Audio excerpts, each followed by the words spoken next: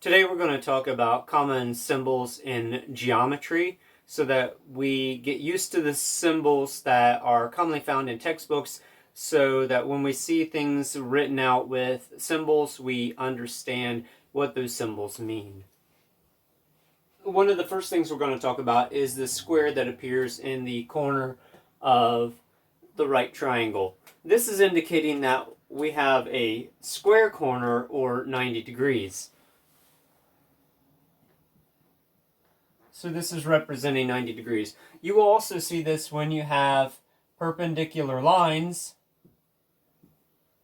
You can have a 90-degree indicator in here as well. And so when we see this, we know that this is 90 degrees. Another symbol that we might have is the angle symbol. And so when we say something like angle ABC, we are meaning an angle with points on it and a vertex.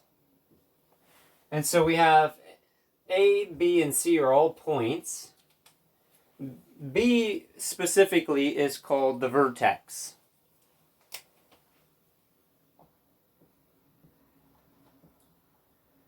And then each arm of the angle is a ray.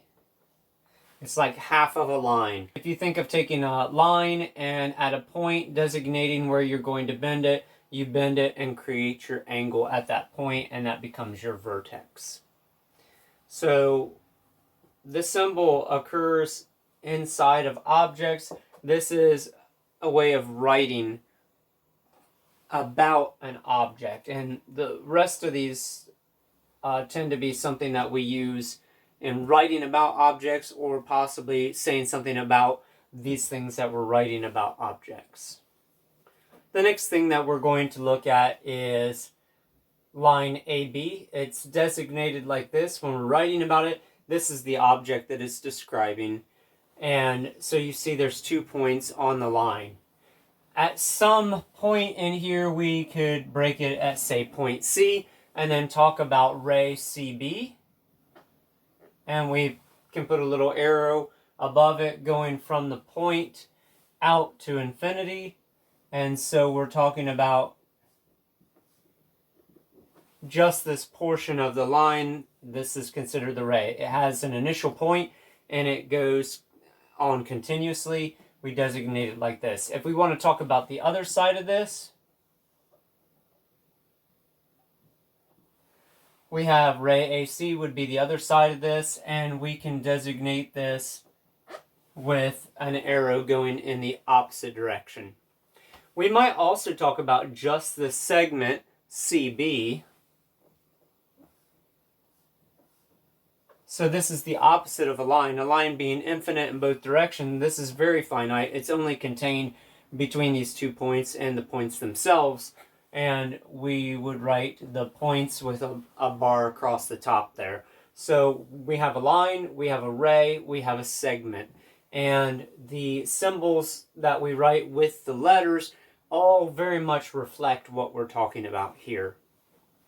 Another thing that shows a reflection of what we're talking about is if you have a circle with some center C, you would draw a little circle around a dot and put the letter for the center of the circle that you're talking about.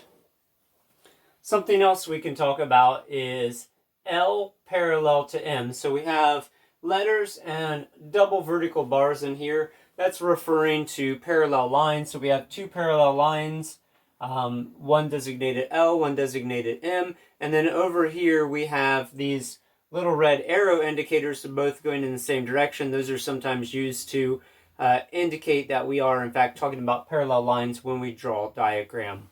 The other thing that we have here with this kind of upside down T is P perpendicular to R, and we have this example. Again, we have the little angle indicator in here that shows us that we have 90 degrees is where they're intersecting, and so we have line P and line R are intersecting at 90 degrees.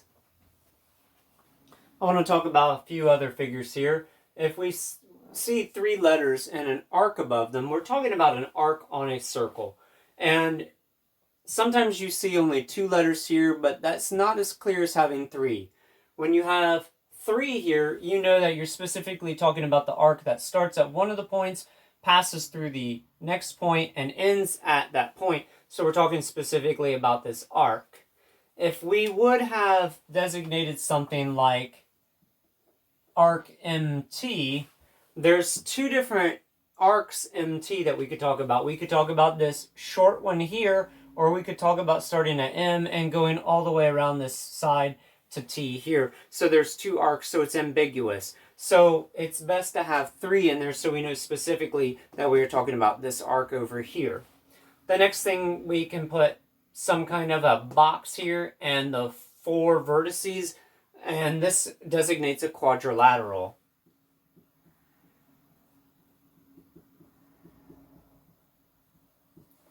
And then we could also have a triangular shape here with 3 vertices, and that designates a triangle. So you can see how this process, the symbols are reflective of the objects that we're talking about. All right, I want to talk about this equilateral triangle. So I'm going to put some marks on the triangle so that we can see that each of the sides is congruent. And just a quick review, congruent is something that has the same measure or same length, same size, but occupies a different place in space.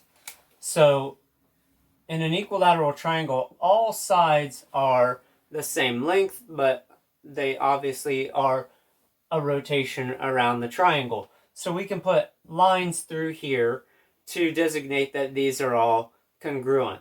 We could also mark curved arcs in here for all of the angles so that we can show that those are congruent. We can start to also use some of our symbols to talk about this as well. So I'm going to label my vertices.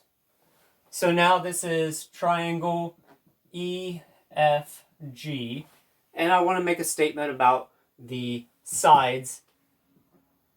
EF is a line segment, and it is congruent to GF,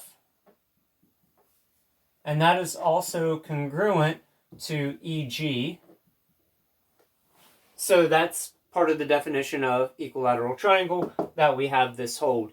You might see as a theorem or a corollary that also the angles are all congruent as well, and so we can write a statement of that using our symbols. So we're going to have angle GEF. Remember, order is important with these angles. The middle letter is always the vertice, or the we're going to look at angle GEF. Remember, these are order important. The middle letter is always the vertex of the angle. GEF is congruent to GFE. So we have this angle is congruent to that angle. It means they're the same measure. And so we have this one and this one. Notice the centers here. We know we haven't talked about this with a vertex of G yet. So we want FGE.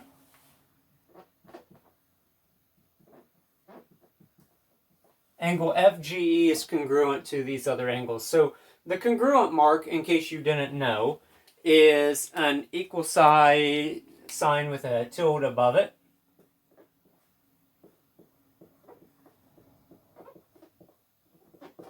So that means they're congruent.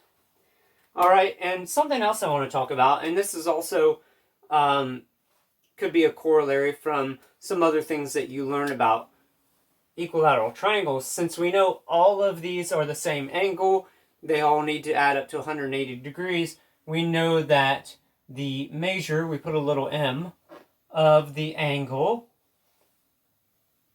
FGE is equal to 60 degrees. So this is a way that we can assign a new annotation to our angle measure, or to our angle symbol, to say that we are doing the measure of angle FGE is equal to 60 degrees. So that's another use of the symbols, so we can be able to say more with just a few symbols.